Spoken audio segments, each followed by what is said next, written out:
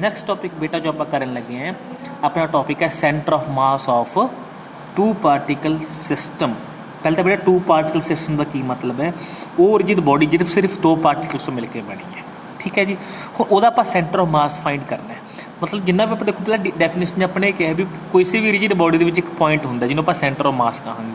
जे मैं तुहानूं पॉइंट दे दा, सपोज करो मैं तुहानूं पॉइंट दे दा 1 2 3 4 2 3, सोनू नहीं पता देखो पॉइंट कादे ने, सर्कल दे ने, स्फीयर दे ने, स्ट्रेट लाइन दे ने, सोनू कुछ नहीं पता। जो सोनू उसकी शेप नहीं पता तो सेंटर ऑफ मास नहीं फाइंड कर सकते है ना। रैक्टेंगल है, ट्रायंगल है, स्क्वेयर है, कुछ नहीं तुहानूं पता। तो तुसीं इस तरह के केसिस नूं जे तुहानूं X1 Y1 Z1 पता है जे तुसीं सेंटर ऑफ मास कढना है ना तो तुहाडे कोल कोई मैथेमैटिकल फॉर्मूला नहीं हैगा भी किवें फाइंड करोगे। इस टॉपिक के थ्रू आप एक वैसे मैथेमैटिकल रिलेशन ड्राइव करांगे with the help of which you can find the centre of mass for any points. कोई भी दो या तीन पॉइंट दिते होंगे तो तुसीं उहदा सेंटर ऑफ मास के बड़ी ईजिली फाइंड कर सकते हो, ठीक है। हुण देखो टू पार्टिकल सिस्टम की गल की है। सपोज करो मैं एक फ्रेम ऑफ रेफरेंस वाला बना लिया XY कोआर्डिनेट फ्रेम, ठीक है जी। इत्थे मैं एक पार्टिकल मान लिया M1, इत्थे मैं पार्टिकल मान लिया M2, दो पार्टिकल की गल की है। ये A पॉइंट है, ये B पॉइंट है। जिहड़ा दिस इज ओरिजिन, जिहड़ा इहदा पोजीशन वैक्टर इत्थों वो सपोज करो R1 है, जिहड़ा इहदा पोजीशन वैक्टर सपोज करो R2 है, ठीक है जी। जे ऐ मान लो भी इस तरह रिजिड बॉडी है कोई, ये डिस्टेंस अपने को बन गया, उन्होंने R सपोज कर लो या AB कुछ भी सपोज कर लो, ठीक है जी। हुण AB डिस्टेंस जिन्ना भी होगा वो मिड पॉइंट लै लो C, वो C का जो दिस पॉइंट है ये बन गया R इत्थे किहड़ा सेंटर ऑफ मास है। अपने ये डिफाइन करना है कि जो R डिस्टेंस देखो कोई भी पॉइंट होगा सेंटर ऑफ मास का कितना कितने होगा ना। मान लो मैं C पॉइंट सपोज कर लिया, वो C का ओरिजिन तो कितना डिस्टेंस है आप ये चीज़ फाइंड करनी है। C तो ठीक है बट C का डिस्टेंस को तो पता करांगे with respect to origin 0 0 point तो ना, तो आपने बेटा इत्थे R फाइंड करना है, ठीक है जी। सपोज करो नीचली तुहाडी रिजिड बॉडी एट रेस्ट दे विच सीगी, तुसीं इत्थे फोर्स अप्लाई करती F एक्सटर्नल फोर्स, ठीक है। तो बॉडी मूव करना स्टार्ट कर दोगी, ਉਹਦੇ ਕੋਲ ਵੈਲੋਸਿਟੀ ਆ ਜਾਏਗੀ, ਇਹਦੇ ਕੋਲ ਐਕਸਲਰੇਸ਼ਨ ਆ ਜਾਊਗਾ, ਇਹਦੇ ਕੋਲ ਮੋਮੈਂਟਮ ਆ ਜਾਊਗਾ ਨਾ, ਪੈਰਾਮੀਟਰ ਵਿਲ ਬੀ ਚੇਂਜ। ਹੁਣ ਦੇਖੋ ਜਦੋਂ ਮੈਂ ਤੇ F ਫੋਰਸ ਲਗਾਈ ਐਕਸਟਰਨਲ ਫੋਰਸ ਤਾਂ ਲੈਟ ਸਪੋਜ਼ ਕਰੋ F ਦਾ ਜਿਹੜਾ F1 ਪਾਰਟ ਹੈ ਇਹ ਤਾਂ ਫੀਲ ਹੋਇਆ M1 ਨੂੰ, ਜਿਹੜਾ F2 ਪਾਰਟ ਹੈ ਉਹ ਫੀਲ ਹੋਇਆ ਤੁਹਾਡੇ ਕੋਲ M2। Let F1 be the force, external force acting on a body M1 having mass M1 and F2 is the force acting on a body of mass M2। जोड़ा OA है position vector की गल करा मेरे को R1 है, जोड़ा OB है ये मेरे को R2 है, तो जोड़ा OC है ये मेरे को कितना R वैक्टर है। तो I have to find we have to find the value of R, ठीक है जी। हुण देखो जो मैं एक्सटर्नल फोर्स लाई तो नैचुरली जो M1 तो F1 लग रहा है तो इतने इन्हों एक इंटरनल फोर्स भी एग्जिस्ट करूगी। लेट अस सपोज जी इन्हें ये फोर्स लगाई वो मैं मान ली F12 कि फोर्स है M1 ने कि लगाई M2 ते लगाई, तो जी F21 है वो सपोज करो कि M2 ने M1 ते लगाई, क्योंकि न्यूटन थर्ड ला कहता जी A B ते फोर्स लाऊगा तो B भी ये लगाऊगा, तो ये दोनों ये रूल भी ओबे करनगे न्यूटन का थर्ड रूल। ये अपने स्टार क्वेश्चन मान लो, ठीक है जी। अब बेटा इन्ना चीज़ें अपन कंस्ट्रक्ट कर लिया जाए गल अपने लिख ली जो कुछ अपन गिवन है। हूँ देखो जे मैं ये फाइंड करना चाਹਾਂ कि what is the total force acting on a mass M1, total force acting on M1 का टोटल कि फोर्स लग रही है। देखो एक तो बेटा लग रही है एक्सटर्नल कि F1, ठीक है, और एक लग रही है इंटरनल F21 कि इनू मैं F लिख ला, ठीक है। बट अपन पता F का फॉर्मूला होंगे कि dP1/dt, चेंज इन मोमेंटम बटे चेंज इन टाइम, ठीक है जी। जे मैं बेटा P की गल करा तो P मेरे को की बन जूगा M1V1, इतने जो V1 है वो इस पार्टिकल की वेलोसिटी है मूव करने की, बट अगे V1 मेरे को की हो जाऊगा dr1/dt1 क्योंकि R1 पोजीशन है, जो फोर्स लग रहा है तो पोजीशन टाइम नाल चेंज हो रही है, तो की इनू मैं dr1/dt लिख सकता, इतने पुट कर दो तो मेरे को P1 बन गया m1 dr1/dt। ठीक है जी, put the value of P1 here 2 in 1, put value of P1 from equation number 2 in 1, put कर दो बेटा, तो की बन गई F1 plus F21 is equal to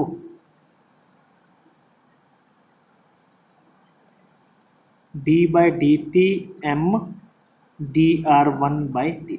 m1। देखो बेटा m1 का कांस्टेंट है, कांस्टेंट चीज़ का डेरिवेटिव नहीं होंगे, it will come out from the derivative, f1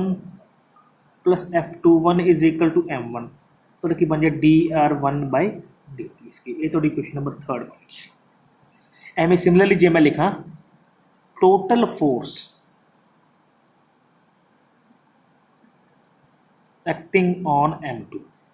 m2 ते बाहरों फोर्स f2 लग रही है, इंटरनल फोर्स f12 लग रही है, इधर मैं की लिखूंगा dp2/dt, Newton third law, sorry second law, P2 के तो मेरे की बन जाऊगा m2v2, फर्दर V2 तो मेरे की बन जाओ dr2/dt। तो फाइनली बेटा मेरे को की बन जाएगा f2 plus f12 is equal to m2 d square r2/dt in question number 4। this is for the second particle, the force acting। और अपने क्वेश्चन नंबर 3 आ गई, क्वेश्चन नंबर 4 आ गई, 3 + 4। ठीक है बेटा, 3 ते 4 कर दो ऐड, लेफ्ट साइड च ऐड करता ते राइट साइड च ऐड करता, टोटल की बन गया m1 d square r1/dt square plus m2 d square r2/dt square। बेटा यूजिंग इक्वेशन स्टार, टोटल की इक्वेशन सी हो f12 is equal to minus of f21, equal and opposite ने कैंसल आउट हो जाएंगे, टोटल की रह गया f1 plus f2 is equal to m d square r/dt square plus m2 d square r2/dt square। ठीक है, f1 की सी external force जी first particle से लग रही सी, f2 की सी जी सैकेंड पार्टिकल से लग रही सी, कि इनू मैं f एक्सटर्नल लिखना टोटल देखो m1 है बेटा, ये डेरिवेटिव तो बाहर लिखो तो भी इक्वल है, डेरिवेटिव अंदर लिखो तो भी इक्वल है ना, क्योंकि ये तो डेरिवेटिव होने नहीं, तो कि इनू मैं लिख सकता dt square m1 r1 M इनू d/dt स्क्वायर m2/r2। ठीक है जी, हम देखो कि मैं इनू ऐ लिख सकता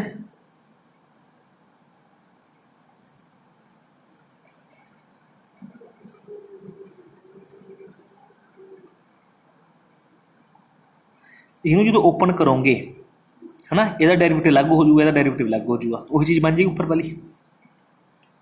तो मेरे को एफ एक्सटर्नल चली जाता है। ठीक है जी, हुन इन क्वेश्चन नंबर 5 मान लो आपको पता है अपने को 2 पार्टिकल सिस्टम है, पहले पार्टिकल का मास m1 सी, दूजे पार्टिकल का मास m2 सी, जो मैं टोटल मास फाइंड करना चाहता मेरे को m बन जाऊगा। क्वेश्चन नंबर 5 है जी, इनू m नाल डिवाइड कर दो, m नाल मल्टीप्लाई कर दो,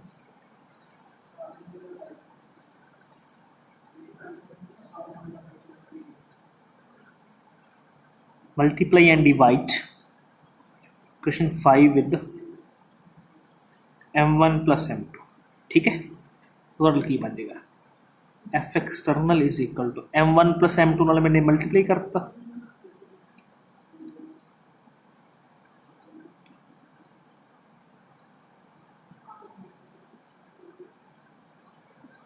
m1 plus m2 नाल ही अपने की करता डिवाइड करता। ठीक है बेटा, हो जाऊगा। इन क्वेश्चन नंबर 6 पोज कर लो, इन तो आप m लिख सकते हैं ना, क्योंकि टोटल मास है, F external is equal to m into इनू एम लिख लो D square by D T square is equal to m1 r1 plus m2 r2 over m1 plus m2। In equation number in suppose कर लो 7। ਹੁਣ देखो बेटा जो अपने स्टैंडर्ड इक्वेशन होंगे एफ एक्सटर्नल का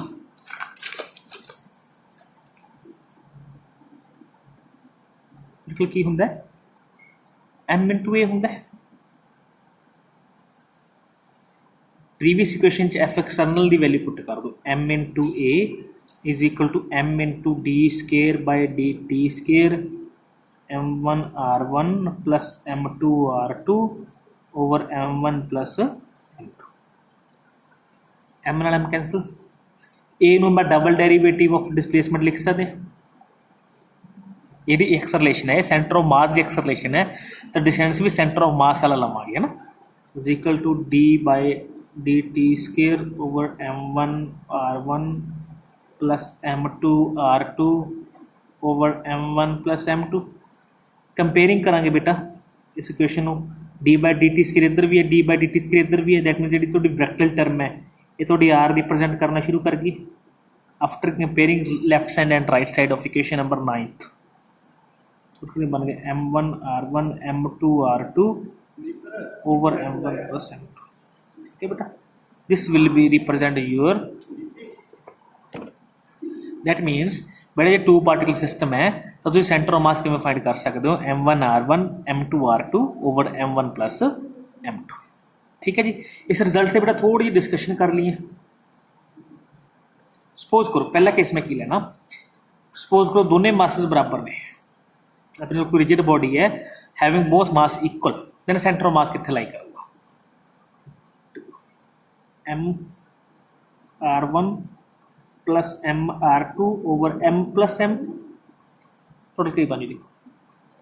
m कॉमन कर लिया r1 plus r2 over 2m m M cancel total r कितना बन जाएगा बेटा m r कैपिटल r कितना बन जाएगा r1 प्लस r2 बाय 2 ये थोड़ा की बन जाऊगा सेंटर ऑफ मास कितने लाई करूँगा दोनों के मिड पॉइंट है r1 प्लस r2 डिवाइड करके की कर दोगे तुम 2 कर दोगे। सैकेंड पॉइंट है if centre of mass lies at origin कितने लाई करे ओरिजिन ते लाई करे दैन तो की बन बेटा देखो r is equal to m1 r1 plus m2 r2 over m1 plus m2 है।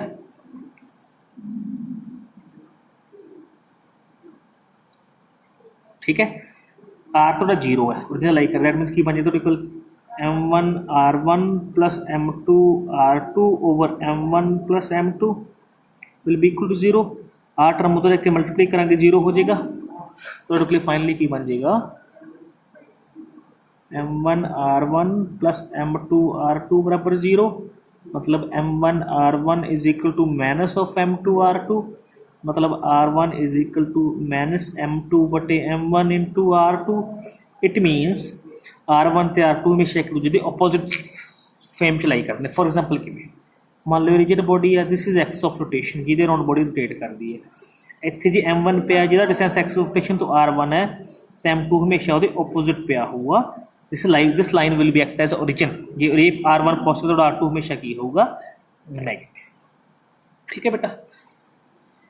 हमने कि एग्जाम्पल भी डिस्कस कर लिए सुन कह दें find centre of mass of 2 points point तो गिवन है 2 4 ए तो पॉइंट ए गिवन है बी तो पॉइंट गिवन है 1 ते 3 एंड मासस m1 तो 1 kg दे रखे है m2 तो 2 kg मासस तो गिवन ने m1 m2 ते तो पॉइंट गिवन है you have to find the value of r। देखो बेटा आप ऐसे लिख सकते r is equal to 2 particle system है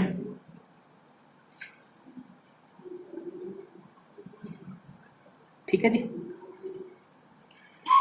हुण जिहड़ा r है एक्चुअली विच जे अपना पॉइंट गिवन है ना a इज इक्वल टू 2 4